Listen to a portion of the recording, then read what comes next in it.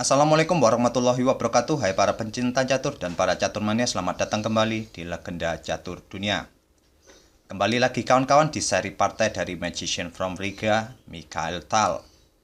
Kali ini partai yang dia mainkan di turnamen Las Palmas di Spanyol tahun 1977. Lawannya adalah pecatur tuan rumah Fernando Segovia. Fernando Segovia ini adalah juara Spanyol 2 kali.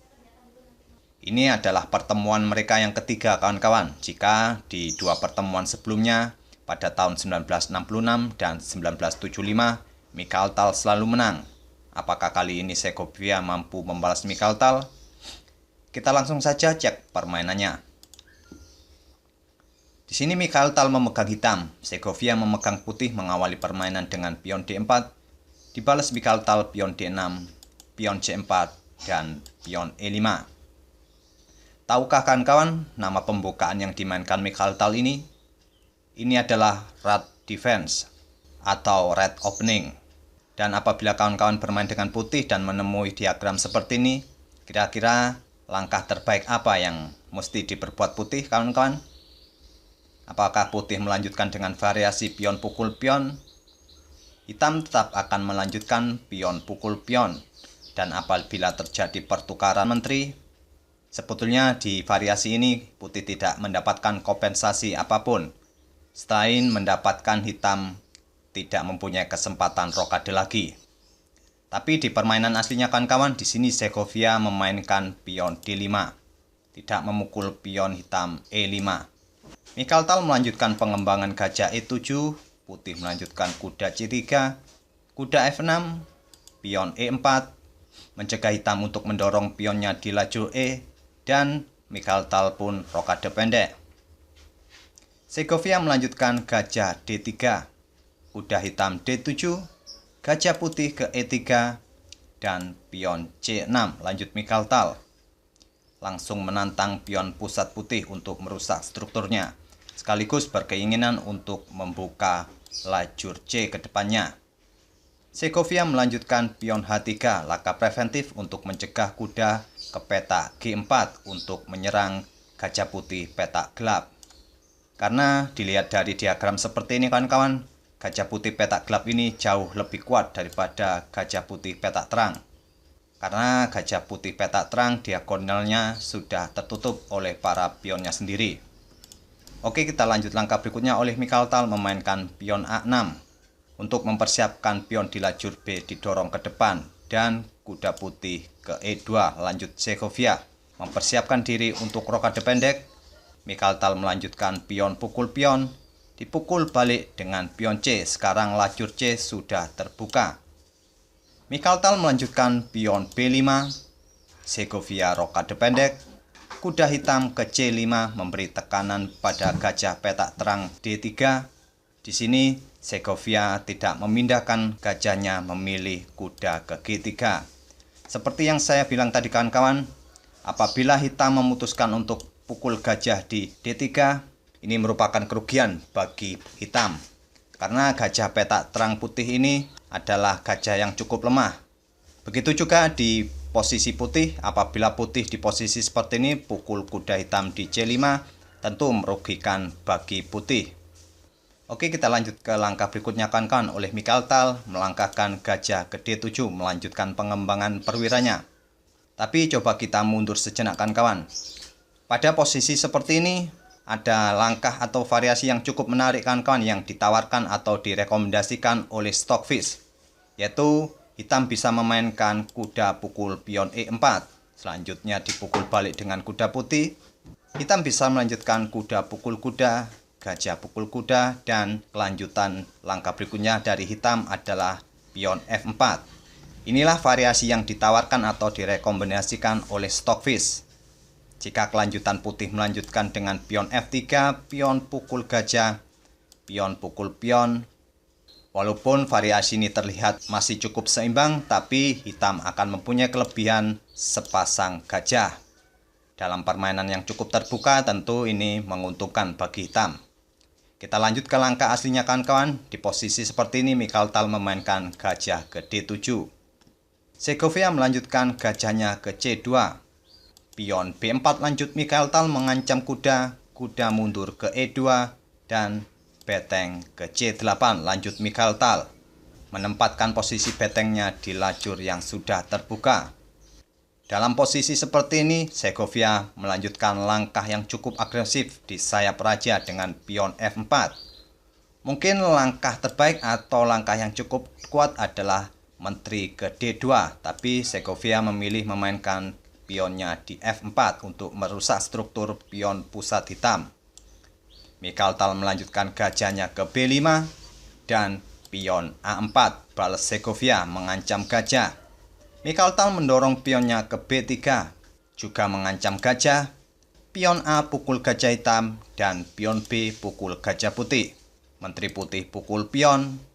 Sekarang posisi menteri satu lajur dengan beteng hitam. Tentu inilah harapan dari Mikhail Tal. Kira-kira apa yang akan diperbuat Mikhail Tal, kawan-kawan? Mikhail Tal memainkan pion pukul pion F4. Pion menggarpu kedua perwira putih. Mau tidak mau putih harus pukul pion hitam ini. Tapi di sini putih juga mempunyai 3 pilihan untuk memukul pion hitam ini.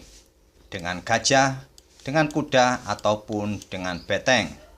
Jika di sini putih memukulnya dengan kuda ataupun dengan gajah, maka hitam memainkan kuda pukul pion E4, membuka open serangan bagi menteri putih.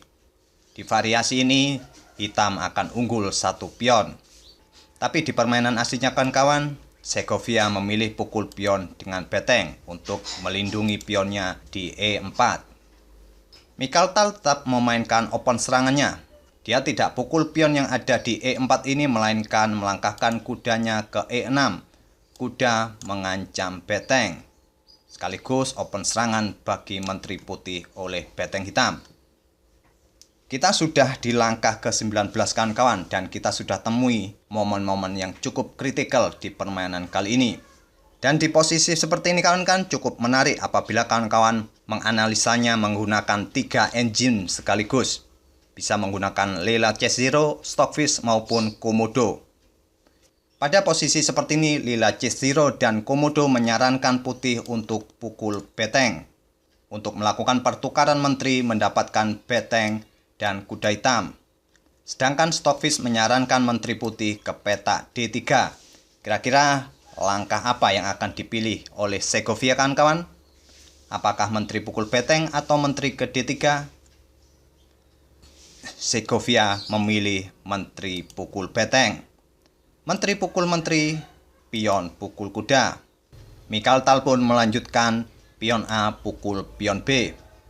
Jika pada posisi seperti ini, hitam memukul pion E terlebih dahulu, putih akan pukul pion hitam di lajur A.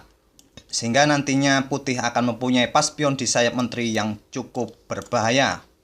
Oleh karena itu, Mikhail Tal terlebih dahulu pukul pion B.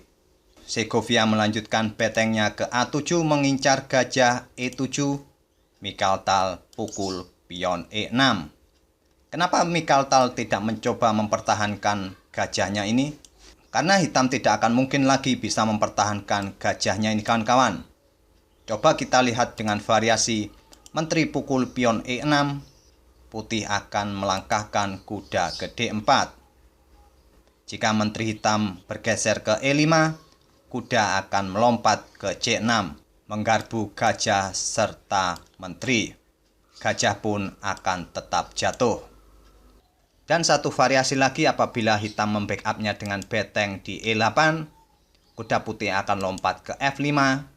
Apabila terus di backup dengan menteri di D8, putih akan melanjutkan kuda ke D4. Selanjutnya akan lompat ke petak C6. Ataupun apabila pion pukul pion, kuda bisa pukul pion kembali. Di sini gajah hitam akan tetap tewas di langkah-langkah berikutnya. Oleh karena itu, kawan-kawan, di posisi seperti ini, Mikhail Tal langsung pukul pion. Segovia melanjutkan beteng pukul gajah. Beteng hitam ke F7. Beteng pukul beteng, raja pukul beteng, dan beteng putih turun ke F2 untuk menghadang menteri hitam menduduki petak C2.